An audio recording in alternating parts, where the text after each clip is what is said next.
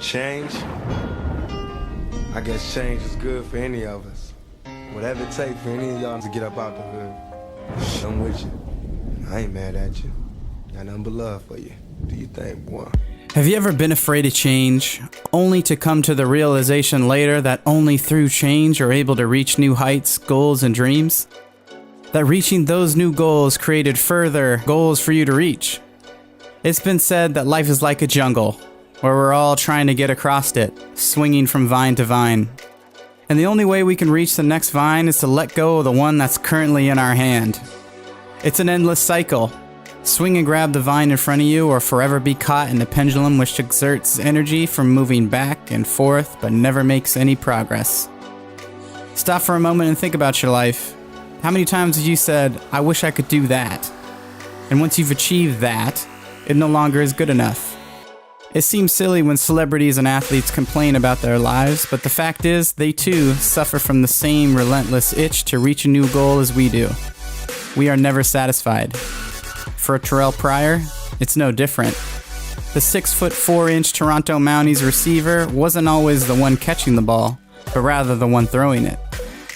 At Ohio State University, Terrell Pryor will be forever known as one of the most electric quarterbacks ever to put on a Buckeyes jersey, leading the Buckeyes to 2 Big Ten championships and displaying an MVP-worthy performance to gain a Rose Bowl victory. After some run-ins with the NCAA, Pryor was thrown into the 2011 NFL Draft, where he was selected in the 3rd round by the Oakland Raiders. But it seems that the run-ins with the NCAA would be a catalyst for negativity in Pryor's life.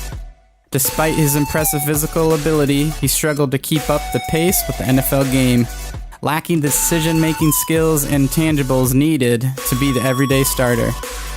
It's almost as if Pryor was stuck swinging back and forth on the same vine like most of us, and was destined to do so until another player was able to catch up and swing right past him. This went on for nearly 3 seasons, where Pryor jumped from team to team, eventually landing on the former Cleveland Browns, now to become the Toronto Mounties. It's so clear. It's almost as if it was hiding in plain sight all along. All he needed to do was trust his instincts, have some faith, and reach for the next vine. Become a receiver. Now when you look at Terrell Pryor, you don't see a former quarterback, but rather a bona fide superstar receiver. And I bet if you asked him if the move from quarterback to receiver was a good one, he'd probably tell you it was time for a change. Alright, here we are, week 2, Toronto Mounties versus the Kansas City Chiefs. We caught an L last game. Looks like the Chiefs are 1-0, so let's see what we can do. Looks like we're going to kick off here to the Chiefs. We got to play some good defense first. Got to get the squad out there. All right, here it is, the kick. All right, let's take this dude down to Anthony Thomas. All right. Defense hits the field. Alex Smith under center. Hands off to Jamal Charles, who has a wide open lane and makes a incredible juke. Woo! Big gain for Jamal Charles. Moving here a little bit later down in the drive. Chiefs still moving down with ease. 3rd and 7. Alex Smith in the shotgun. He is going to find Conley, who gets tripped up by the rookie, Eugene Parnell. Barely. Eugene's proud about that with that touchdown saving tackle. Let's take a closer look.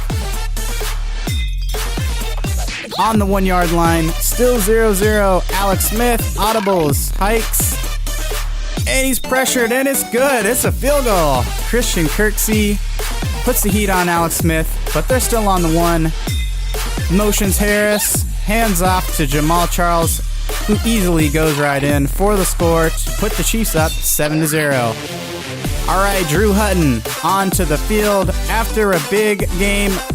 First big opening game of the rookie season, even though they lost. He did quite well, so here he is. He's trying to change, or at least change the pace of what happened last week with the L. Threw a couple interceptions. He throws deep. Here he goes, Corey Coleman, and oh, it's picked.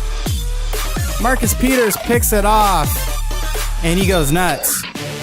Wow, Drew Hutton not looking good so far, but Kirksey says, you know what? I'm going to make sure Alex Smith knows.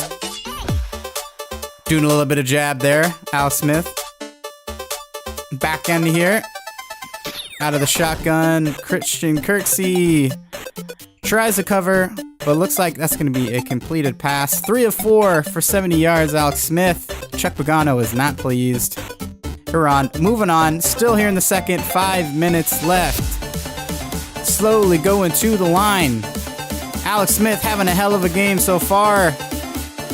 He snaps. Fake handoff. He has tons of time. Tons of time. Oh, and he scrambles, but he throws. And Conley again. Wow. Did you see that throw? 5 for 6, 118 yards. Alex Smith, get out of town.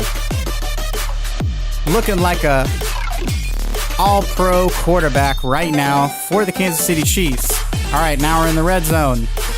Kirksey's going to cover the man over the middle of the field, but he throws wide. And Kelsey is going to get stopped on 3rd and goal. Chuck Pagano's pleased there because that's going to mean we're going to hold him to a field goal. That'll put the Kansas City Chiefs up 10-0. 3 minutes left in the half. Drew Hutton back under center, trying to complete his first pass, and he does to Gary Barnage for a nice little 13-yard gain. All right, we got 24 seconds left here. Moving along, he's going to throw deep to TP, who comes down with it. Touchdown, Terrell Pryor. The man converted from quarterback now to be one of the best receivers in the league. Look at that size. Look how big he looks. Goes up, comes down with the catch. Touchdown, Terrell Pryor. Welcome, Toronto, my man. First career touchdown in Toronto.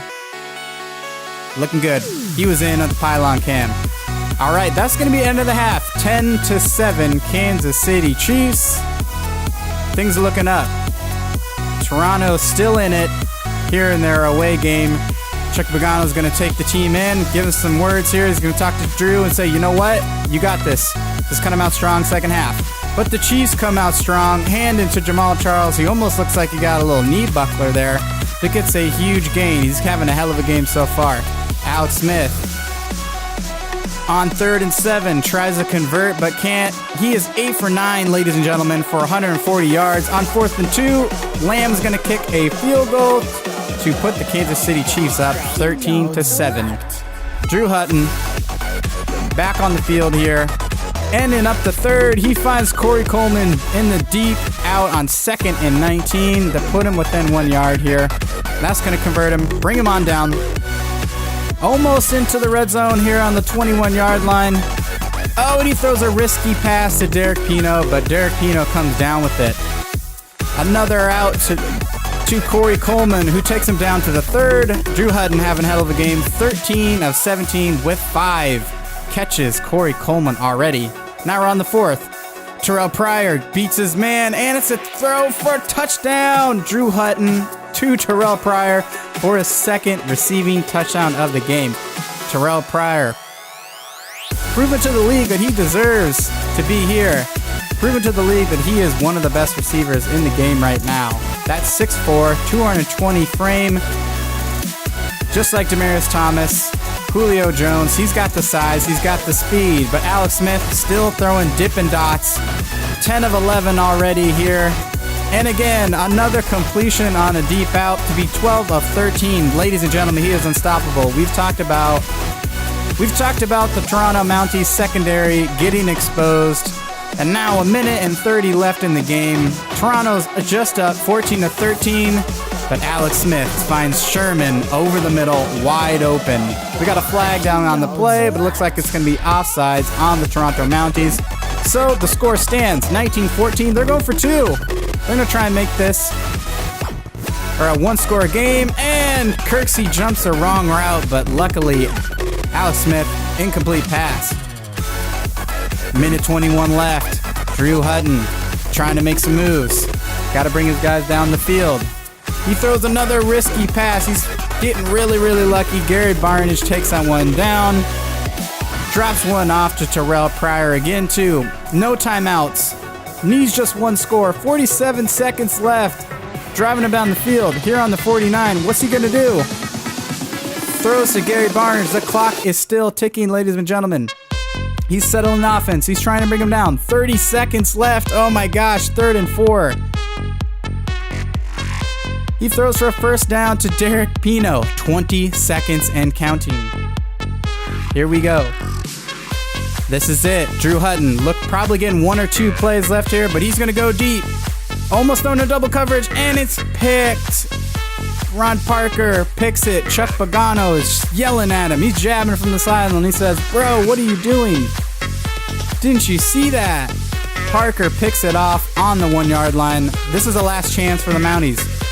Kersey tries to get in, but Jamal Charles takes it out of the end zone, and that is the game. Wow, Heartbreak City for Toronto. So that's going to bring the final score 19-14 here in week 2. So in this episode, we talked about change. And change was good for Terrell Pryor. But could the Toronto Mounties need a little bit of change in starting quarterback Drew Hutton? Guess we'll have to find out next episode. All right, guys, thanks for tuning in to this episode number 3 of the Toronto Mounties Madden 17 Relocation Franchise.